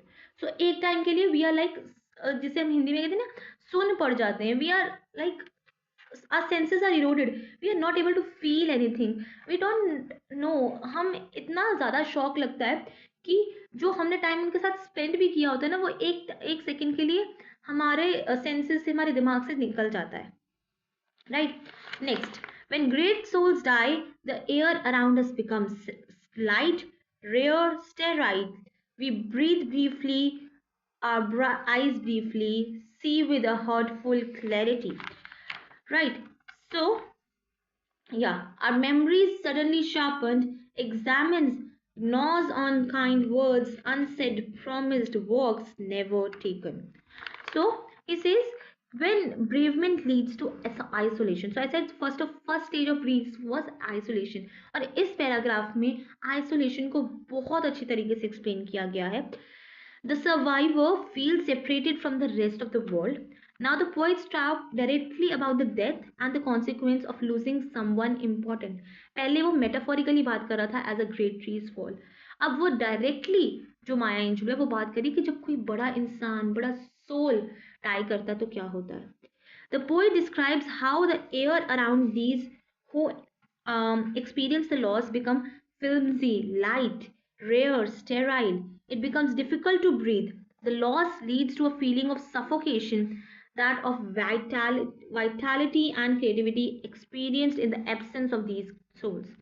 The departure of the influential individual gives rise to a profound sense of experienced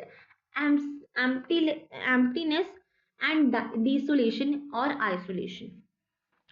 When loss hits, it opens a panorama of memories. हमें memories पुराने उनके साथ पल जो बिताए हैं वो याद आ जाते हैं. We tend to remember the moments spent with them, with the one who has been lost. The memories are no doubt precious, but every remembers leaves a sharp pain. Memories याद करके हमें खुशी तो बहुत मिलती है, लेकिन हर एक चीज़ याद करते हुए हमें अंदर से दर्द होता है कि ये चीज़ हम दोबारा उनके साथ नहीं कर पाएंगे. The poet goes on to explain the feelings of remorse that may haunt a person who lost a dear one. He may regret some kind words which remain unsaid. He is left with a desperate longing for more time to express the feeling of affection and care he felt for the person who was lost. Some works which were promised and left unfulfilled forever, causing deep pain. The loss is likely an open wound that cannot be easily healed, and memories reopen the wound time and again. So एक तरह से we can say ना, किसी चीज़ का बहुत ज़्यादा regret होता है आपको, किसी आपने कोई गलती की होती है, बट वो गलती मतलब बहुत बड़ी गलती है, सो यू रिमेंबर दैट गलती फॉर अ लॉन्ग टाइम. ठीक है, तो it is like an open wound जो कि भरना मुश्किल है, लेकिन जैसे ही वो थोड़ा थोड़ा भरना शुरू होता है, आपको आपके सामने कोई ना कोई ऐसी चीज़ आ जाती है या कोई कुछ बोल देता है या आपकी खुद की ही मेमोरी में वो चीज़ आपको फिर से याद आ जाता है कि आपने वो गलती की है, and it starts to regret again, right? तो वही चीज़ वो कह रहा है कि मेमोरीज उस वाउंड को बार बार खोल देती हैं एंड उसे हील नहीं होने देती है अच्छी तरीके से, जिसकी वजह से बहुत एक शार्प पेन आप फील करते हो. Now next stanza is when great souls where was yeah when great souls die and our reality bound to them takes leaves of us, our souls dependent on their nurture now shrink, wizened, our minds formed and informed by their radiance fall away. We are not so much maddened as reduced to the unutterable ignorance of dark, cold caves. So, what the poet is trying to say here is she gives a deep insight into the mental status of the person who is suffering with the great impact of the loss of the beloved person. अब यहाँ पे जो बंदे ने loss को सहा है उसके मेंटल स्टेटस के बारे में बात हो रही है कि उसके दिमाग में क्या चल रहा है.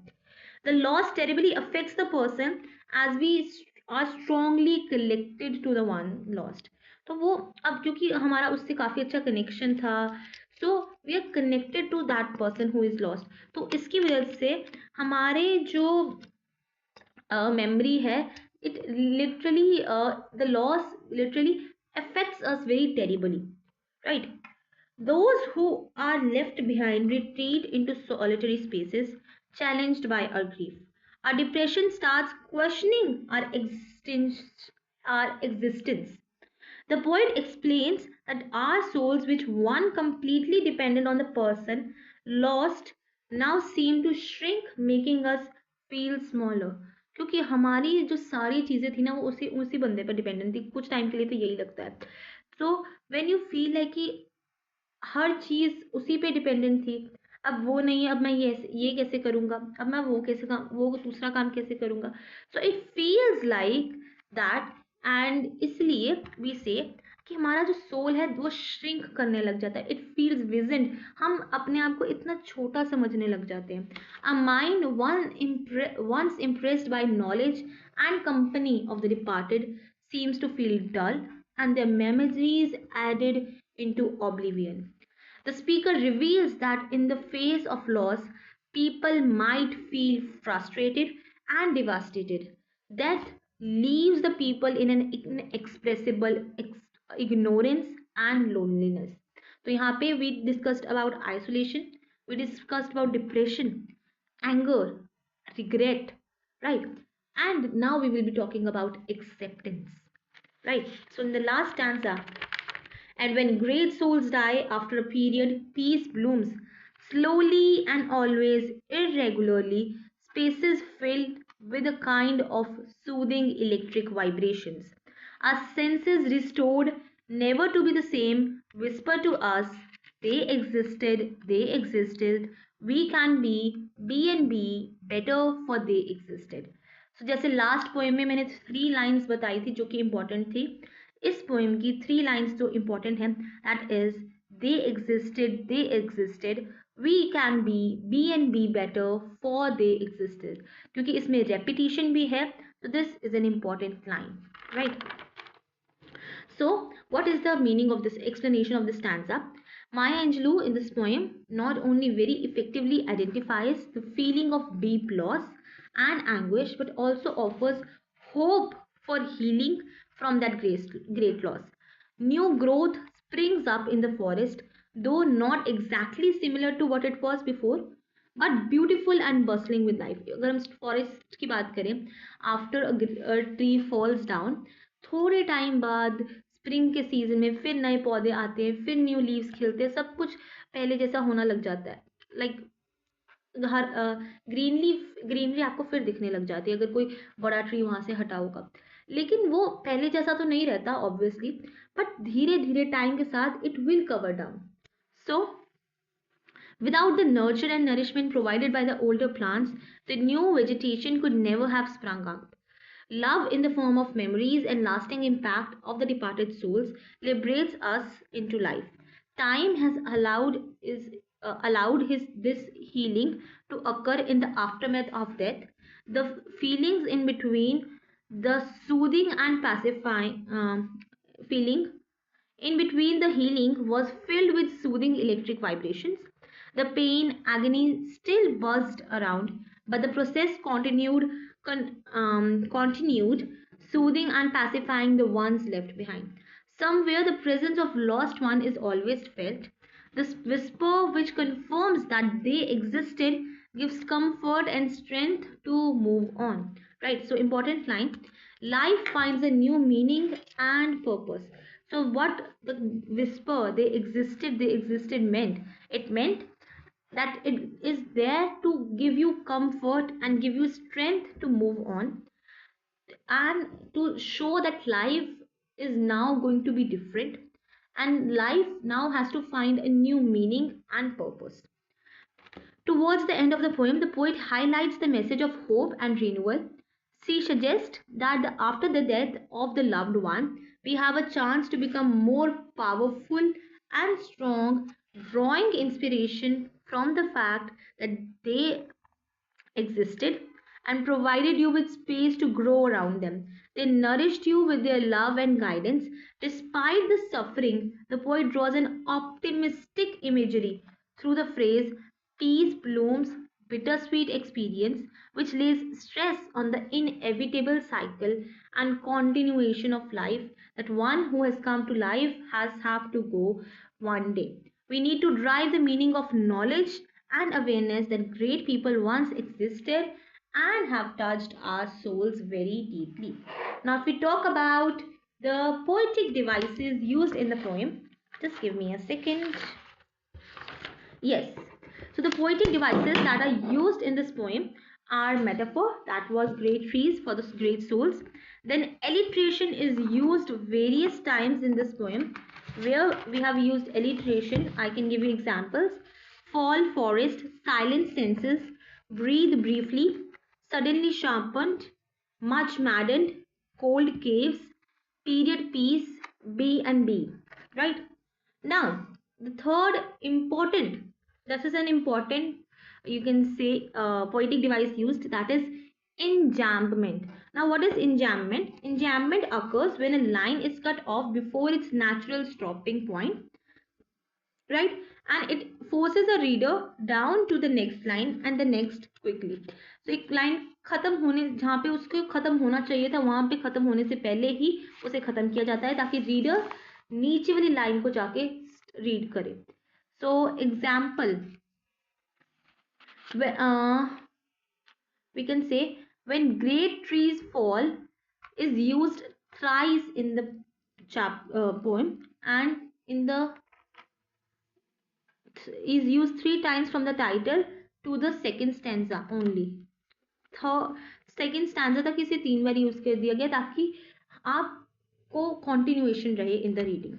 Then we have imagery, we have personification, we have simile, repetition, that is B and B, better and better, then they existed. Then we have assonance, when the vowel sound is repeated.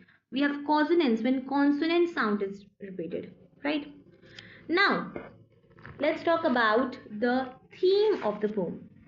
So the theme of the poem over here is actually death and loss, grief and mourning, influence and legacy. We have healing and renewal, memory and acknowledgement. So grief is a natural experience, a natural emotional response to the loss of someone close. It is a process or the journey that affects everyone differently. It exhausts and emotionally drains the heart and souls of a human being. Some people are very expressive about their emotions, while others like to keep their feelings private. This loss can be painful, constant, or overwhelming. The grief that one leaves behind can come in waves, seeming to fade away for a while before returning again.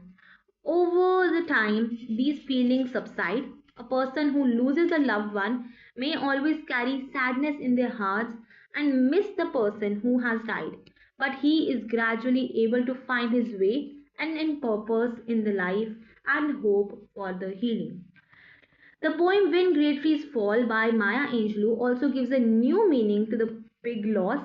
She keeps an optimistic view and assures the readers that the beauty of life is that it goes on. Just like a forest which rattles into the falling of a big tree but eventually recovers, we too find strength and the idea that the world moves on even after a loss. We misses them, we might feel alone, but their memories and wisdom stay with us till eternity. We grow up, learn, and achieve milestones and find peace in remembering the time we have spent with them. Right? Now, if you want the summary of the poem for the keywords that you can use for the good words, we can say When Great Trees Fall by Maya Angelou is a poem which discusses the theme of grief and loss using a metaphor of tree falling in the jungle. It relates to the death of someone very dear to her. The poem discusses the loss one suffers in absence of someone who has had great influence in their life. The poet compares great people to great trees falling in a forest. The falling of a big tree sends across waves of vibration, scaring the fauna in the forest. The animals crouch down in unprecedented fear and uncertainty. Similarly, when the world loses great souls, the life built by people around them collapses. The senses of the people around them seem to wither away, or an unknown fear and insecurity engulfs them. Their vision of wisdom becomes blurred. When great souls depart, those who were relying on their guidance begin to feel isolated. Those who are left enter into a state of mourning. Just as the falling of a great tree causes ripples for miles, the loss of great individual affects thousands of people whose hearts and souls were touched by him during the period of his life. When we lose someone, their memories come rushing along with pain. We tend to remember the precious moment spent with them. We are reminded of many things that are left to be heard and promises that are left to be fulfilled. The remaining mortals are unable to comprehend what to do with their lives as they have been dependent on these great souls for guidance and growth. In the absence of it, they enter into dark caves of solitude, but the uniqueness of life is that it just takes the world, just like the world comes back to normal after it loses a tree, we gain normality. The new growth springs up without the protection and nurture of the old one, filling the empty spaces beautifully. We need to understand though the great souls die, we can still utilize the knowledge imparted by them and feel content and joyful with the realization that they once existed, touching our souls deeply and leaving an indelible marks on us and our existence in this world. So this summary had a lot of good, I can say, um, keywords. I'll move on to the poem number 4, that is considerable spec. But before that, let's do some questions. So there are two questions for you again. Question number 1 is, we can be better versions of ourselves because A, we face grief and sorrow boldly. B, we have been dependent on great souls for nurture. C, the great ones who existed once. D, we learn to live independently. Next is, uh, yeah, identify the figure of speech used in the line after a period peace blooms. A, antithesis. B, simile. C, alliteration. And D, hyperbole.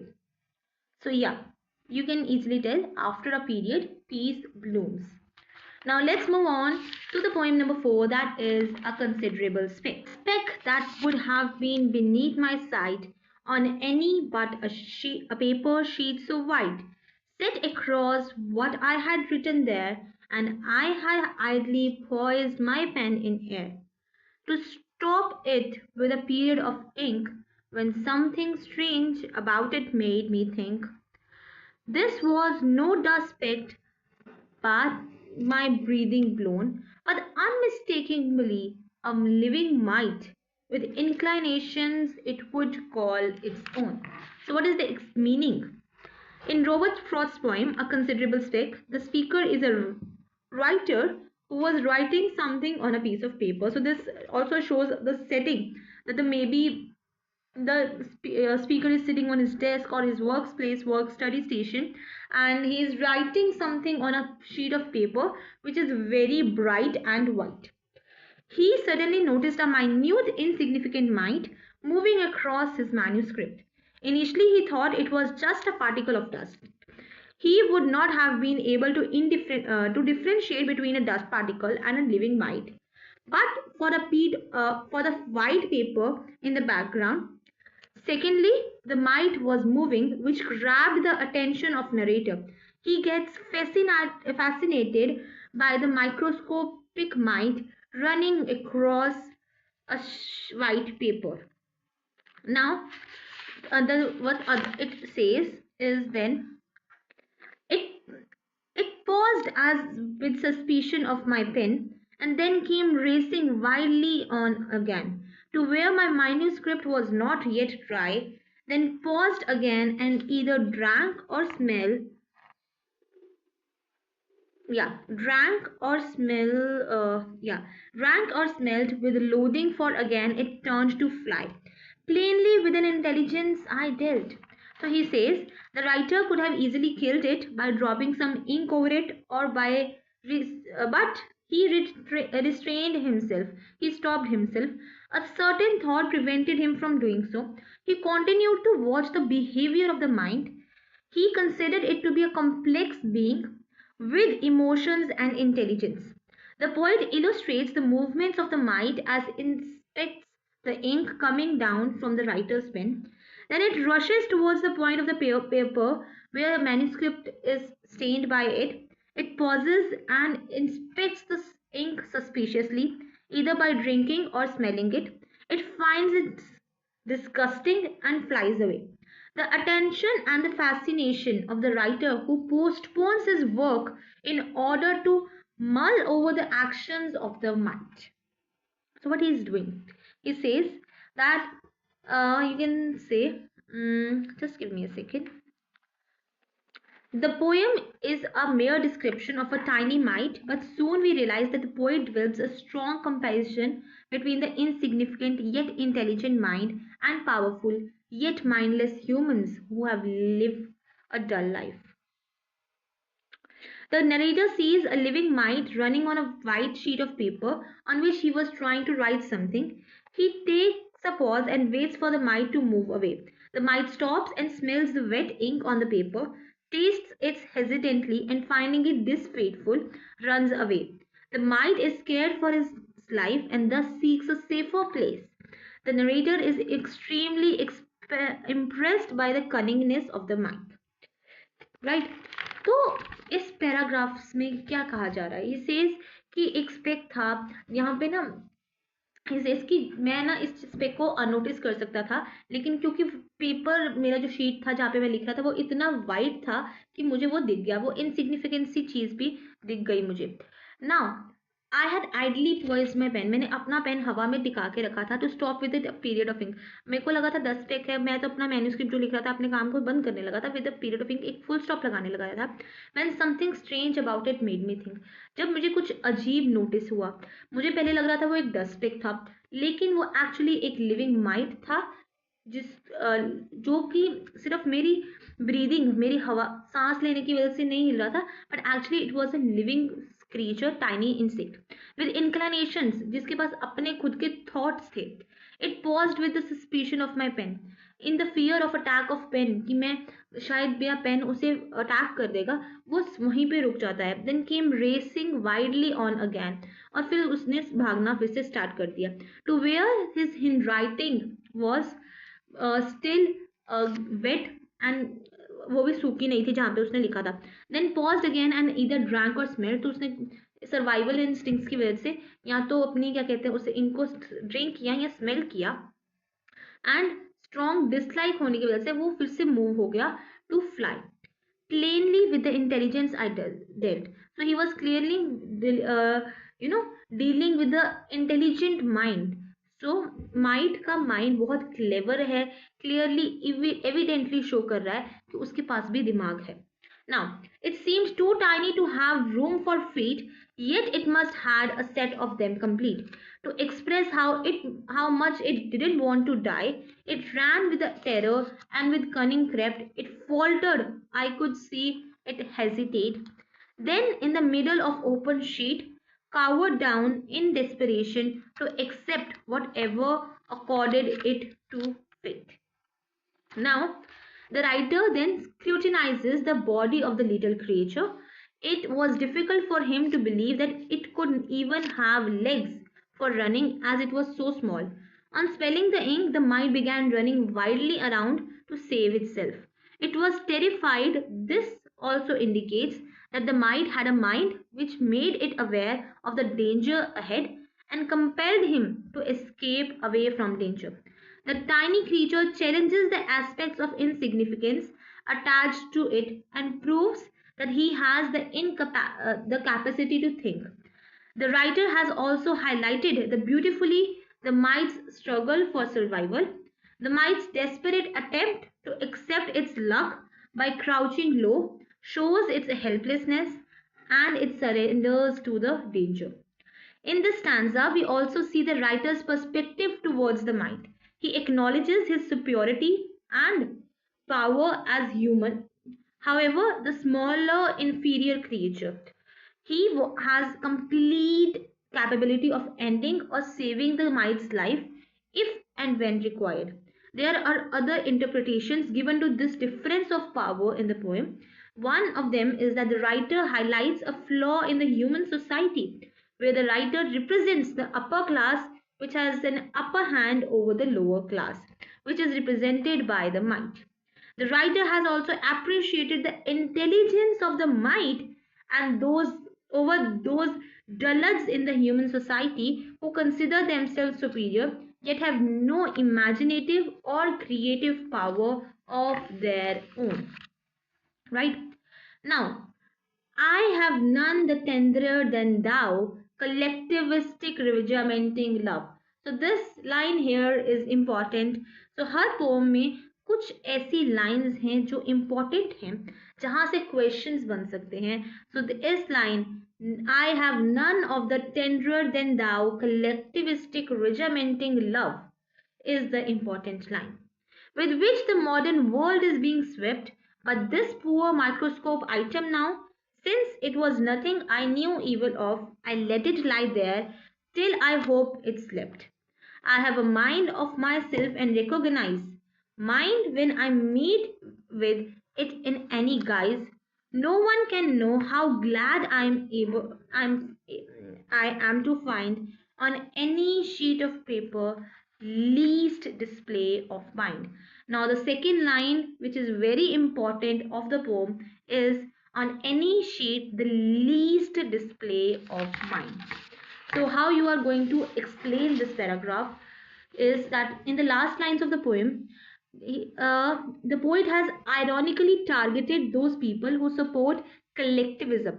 This is the theme of the poem as well, that the poet promotes individuality and individualism over collectivism, which stands for collective control over things instead of individual action or identity, which means he believes in the display of one's own thoughts, beliefs, creativity, and imagination. Probably indirectly, he is hinting towards those who destroy humanity by killing the weaker ones. This is a social practice prevailing in the modern world, the superior devastating uh, the inferior. The writer has pointed that instead of appreciating and valuing other faculties, we foolishly try to dominate the weaker groups. The writer keeps himself away from such mentality.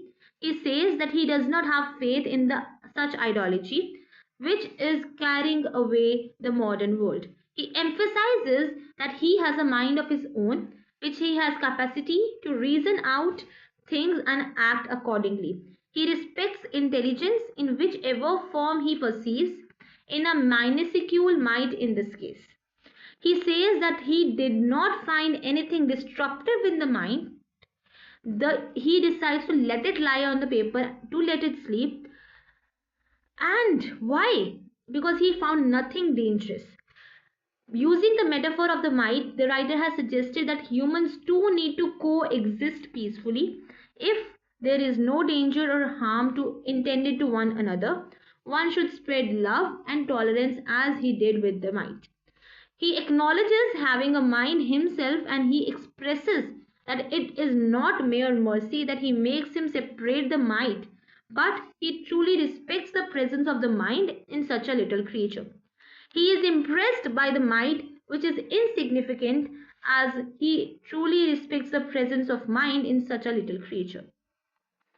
He is impressed by the mite, which is insignificant as a speck, but proves itself considerable by its display of logic in acting the way it did and finding a solution to the problem. He is extremely glad to find such a display of mind in the form of a mite on a piece of paper. right? Now let's talk about the summary of the poem. So half of the summary I've already read, but I can still read it again. The narrator sees a living mite running on a white sheet of paper on which he was trying to write something.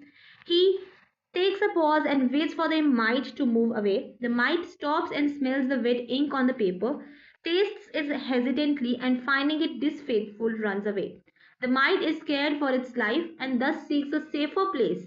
The narrator is extremely impressed by the cunningness. He does not kill it, not because of any generosity or mercy, but because he feels that the mite, though so tiny, still has mind, which it puts to use and saves itself from difficult situations. He respects its bravery and instinctive nature. He believes that it should therefore be given a chance for survival. The narrator himself is a man with a mind and gives credibility and honor to those who have a mind of their own and use it effectively. Here, the poet has targeted those humans who are dull, inactive, and refrain from using their faculties. He believes that the mind might with intelligence is superior to human who is witless and brainless. The poem is a satire on the dullards. Frost thus stresses that he judged people on the basis of their mental ability. Right? Now let's talk about the theme of the poem. The theme of the poem over here is first of all individuality, the power of mind, the display of mind, you can say, the ability to think, the ability of humans to think. Now otherwise what we also can write for this particular poem is respect for life, empathy, observation and reflection, intelligence and coexistence, and then individuality, as I said, and importance of human faculty of mind. Let's read out how you can write the theme in with the using great vocabulary. The main subject of the poem, a considerable speck, is a mite. The title of the poem introduces the mite as a considerable speck. Even though it is in insignificance as a speck of dust, the other main subject of the poem is the writer, and he has the power to control the fate of the tiny mite. Initially, he is curious to see the mite. Later, he begins to observe its behavior and actions carefully. Instead of killing it, which he could very easily, he spares its life, appreciating its reason and ability to use its mind. Thus, the prominent theme of the poem is the importance of having and using one's mind, no matter what species one belongs. The writer has directed his criticism towards those who are mindless or unthinking or too dull to act. Such people do not use their mind productively and thus unable to present originality in their work and actions. The other theme of the poem is collectivism. Collectivism implies in the exerting of collective control over the production and distribution. The writer emphasizes on the individualism and considered collectivism as an antithesis to the determination of one's own identity. Robert Frost believes that we are all our own poets and our own creations. The collectivists are merely the mites on the paper, living in fear of being destroyed by one with the higher faculties. Thus, the poem ends with the overarching theme in the final lines, where the writer explains his genuine feelings regarding the living mite. How could he kill something which he appreciated? So the writer did not kill the mite. Let's talk about the poetic devices used here. Number one poetic device is oxymoron, as I told you, two opposite things coming together. So considerable speck. Speck is something which is not significant, which is insignificant, and considerable thing is something which is given importance. So considerable speck. Considerable means important, insignificant thing. That is an oxymoron. Then we have personification, we have visual imagery, we have used irony in this poem. We have also used symbolism in this poem. So we have a lot of, you can say, poetic devices in the poem. Let's give you some examples.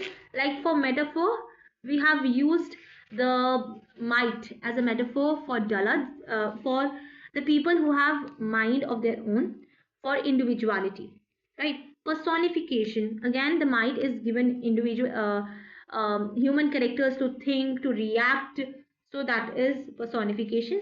We have been given imagery as the paper sheet was so white, so vibrant. Then he smelt and drank the ink, loathing, so it shows how the might was reacting. Then there is alliteration as well in the poem. So where is alliteration exactly used? Let me tell you. Yeah, so the line tenderer than thou. So tenderer than thou is alliteration here.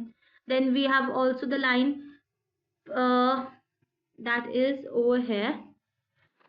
Poised my pen in air. So PP we have here, right? So this is alliteration. Then we have here the use of irony. Irony is used over in the sentence collectivistics regimenting of love, right? And then that's it. Now let's talk about the questions which I'm going to give you to answer for this particular poem. That is, yeah, which figure of speech has not been used in the poem? A. Personification, B. Oxymoron, C. Metaphor, or D. Onomatopoeia. And then next question I have is, what was the mite's reaction on reaching the ink? A. It smelt or drank it. B. It found it disgusting. C. It turned to escaped. D. All of the above. Now let's move on to the last poem of our syllabus, that is The Power of Music. Now, Power of Music is an ironical, satirical, and humorous poem written in nonsense verse. Right?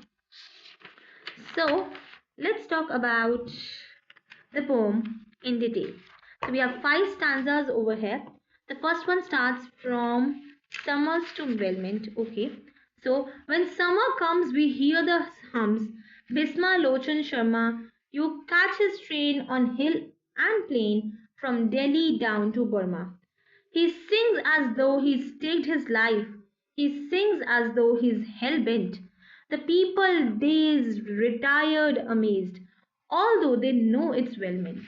So what does the poet is trying to say is that it introduces, first of all, this poem introduces a terrible singer named Bhisama Lochan Sharma, who had a loud and powerful voice. His songs could be heard far and wide across the hills and plains, from Delhi to Burma.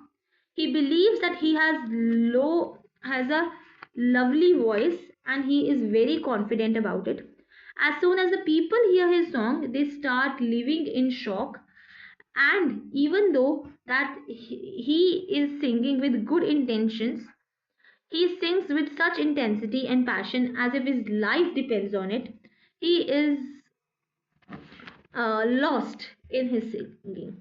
So Indian summer, if we talk about metaphorically, Indian summers are very hot. The heat not only temper of humans, resulting in heightened sense of irritation when the survival difficult, but also increases the people hear his loud harsh singing. They can get confused and start running around to find shelter in some place where Lochan Sharma's voice may not reach.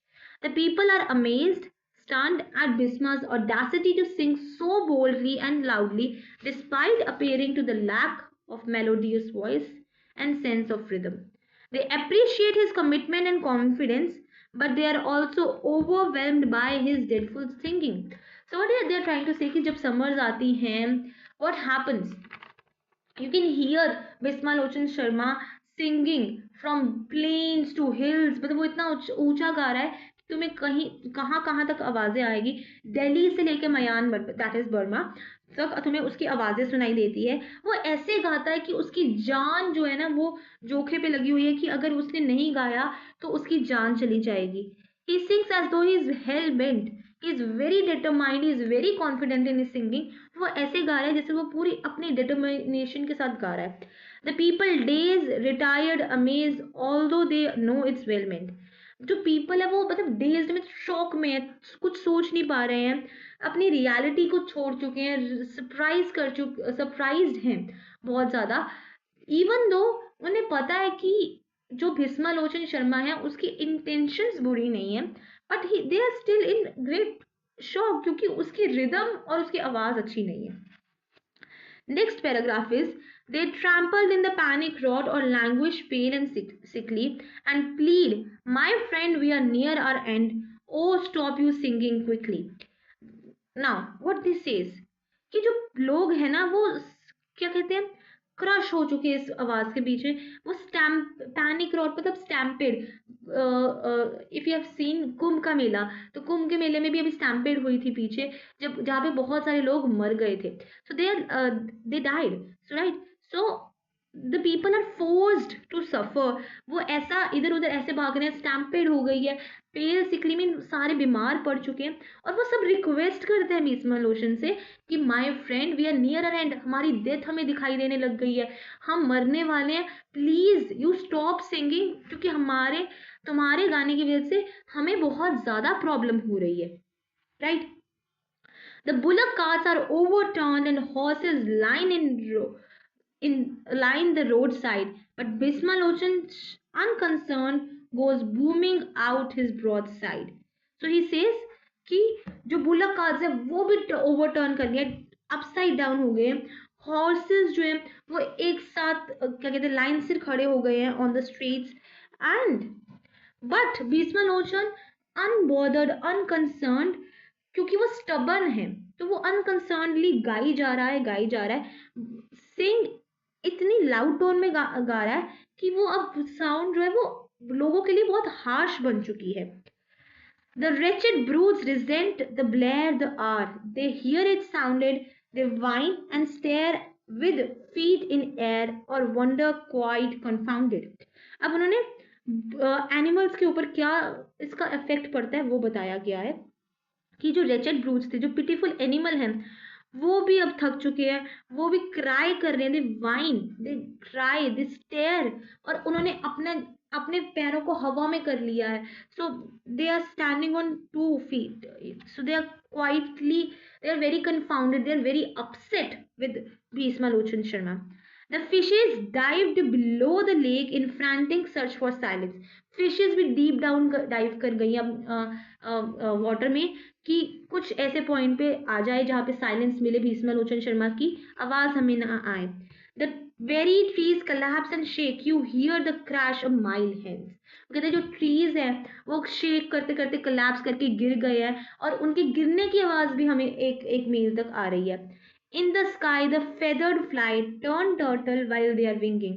तो कह रहे air में उड़ते हुए जो हमारे birds हैं वो भी उल्टे हो गए हैं फ्लाई करते करते. So and again we cry, we are going to die, oh you won't stop singing. तो कहते लोग फिर से उसको रिक्वेस्ट करें कि प्लीज अब तो चुप हो जा, we are about to die, our end is near, please stop singing. But Bhishma soared beyond our reach. लेकिन भीष्मा इतनी ऊंची गा रहा था कि उसे सुना ही नहीं. वी प्लीड एंड ग्रम्बल, तो लोग अब उसे रिक्वेस्ट कर रहे हैं, कंप्लेन कर रहे हैं कि प्लीज स्टॉप सिंगिंग, ऐसा मत करो. The welkin weeps to hear it screech and mighty mansion stumble. अब तो स्काई भी रोने लग गया है, अब तो अपनी हार्श साउंड, इतना जो ब्रेव स्ट्रांगली मैंशन है, बड़ी बड़ी बिल्डिंग्स, स्ट्रॉन्ग बिल्डिंग्स है, वो भी गिर चुकी हैं, टम्बल कर चुकी हैं, गिर चुकी हैं, तो अब तो स्टॉप कर दो गाना. But now there comes a billy goat. Billy goat is male goats.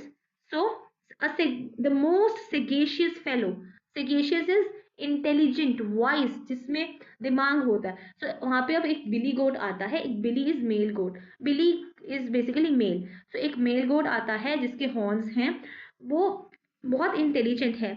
he dows his horns and charges straight with bellow answering below. तो वो अपने हॉर्न्स को नीचे करता है, और बेलो आंसरिंग बेलो मतलब जैसे कहते हैं ना ईंट का जवाब ईंट से देना, पत्थर का जवाब पत्थर से देना.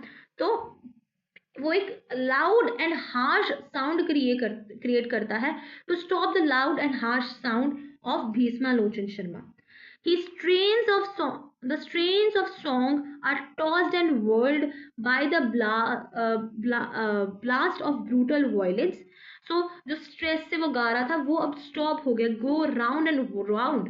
तो अब भीष्मलोचन भी उड़ता हुआ जा रहा है, उसकी आवाज बंद हो गई है.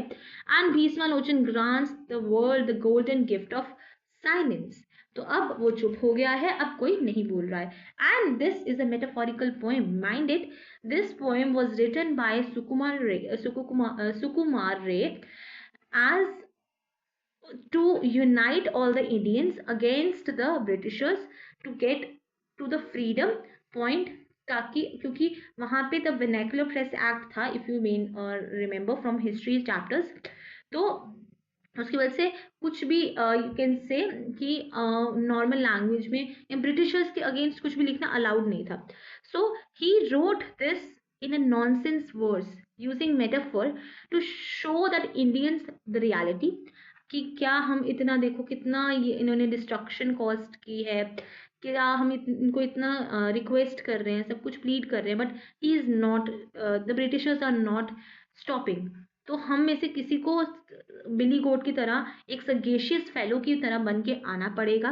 We have to be mighty and यहाँ पे उनको चुप करवाना पड़ेगा. We have to get freedom for ourselves.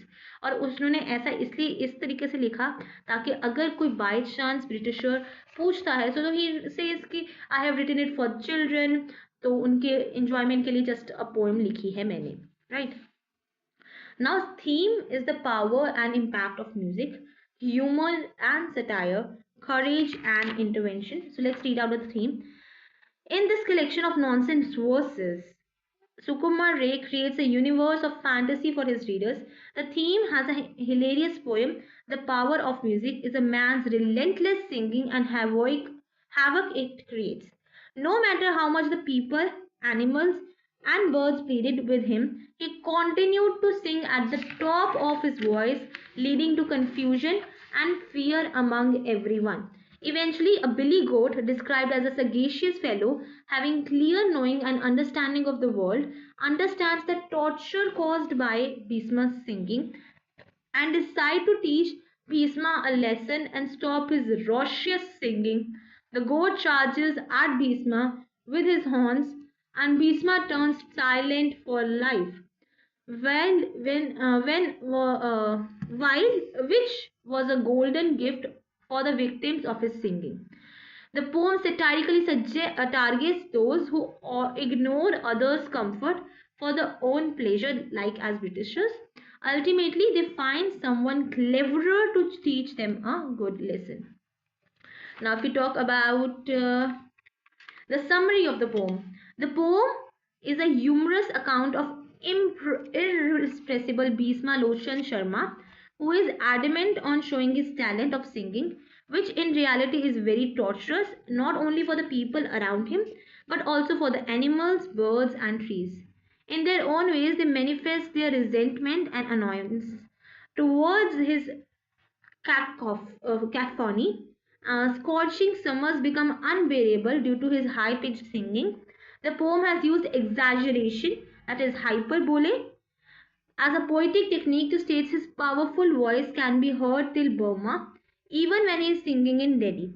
Bhishma sings with such intensity and devotion as if it was for the sake of his life. People in a state of perplexity run hither and thither to hide themselves in a place where his voice does not reach the ears. Though they know that his intentions are pure, they cannot take it and request him earnestly to stop singing. The bullock carts get overturned, the horses stop on the roadsides, animals whine and neigh. The fish rush towards the bottom of the lake, as they all are frightened and in the state of panic on hearing his voice. The trees collapse with a loud noise. Birds flying in the sky turn upside down. The sky weeps, and the mansions tumble down on hearing his screeching voice. Everyone tries to protest against the singing and plead with him not to sing or else they would die. But he is completely indifferent to the pleas and carries on with his tuneless in harmonious singing. There comes a billy goat, a savior for all. The poet praises the goat's wisdom and judgment. He charges at Bhisma Lochan with his horns and throws him off with blast. Finally, everyone is saved from the brutal sinking. The goat provides the world the special and precious gift of silence. Now, what are the main poetic devices used in the poem? Number one, metaphor.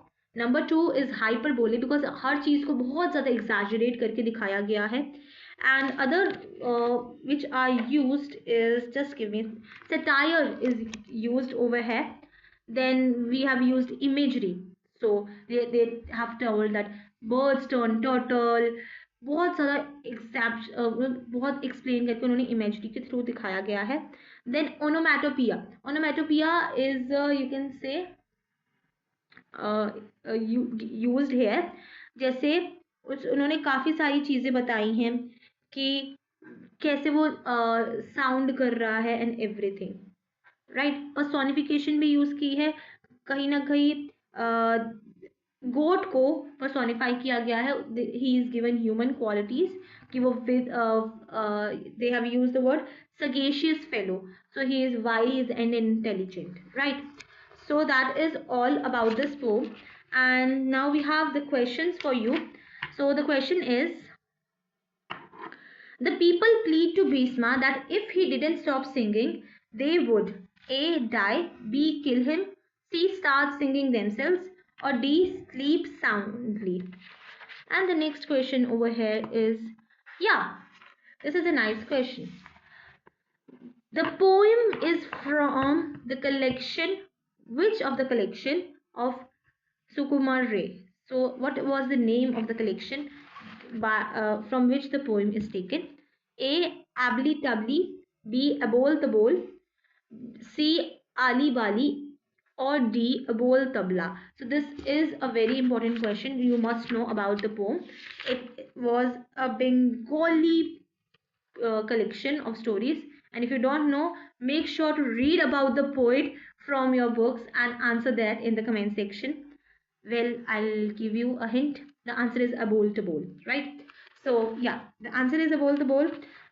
which was the option number B right so I hope you enjoyed watching this video पूरी poetry आपको on the tips revise हो गई है I tried to keep this video detailed and crisp as well short and crisp ताकि one day before exam you can revise very clearly and let me know if you need RTC based questions as well because that might take a lot of time to search and write answers for that I'll be coming with a similar video for prose that is chapters and Julius Caesar as well do let me know if you need that video in the comment section and I'll see you guys in the very next one till then bye bye thank you for watching keep learning keep studying and I know you will do great in your boards best of luck and also subscribe to the channel hit the like button share this video with your friends and keep learning keep watching all the best for the exams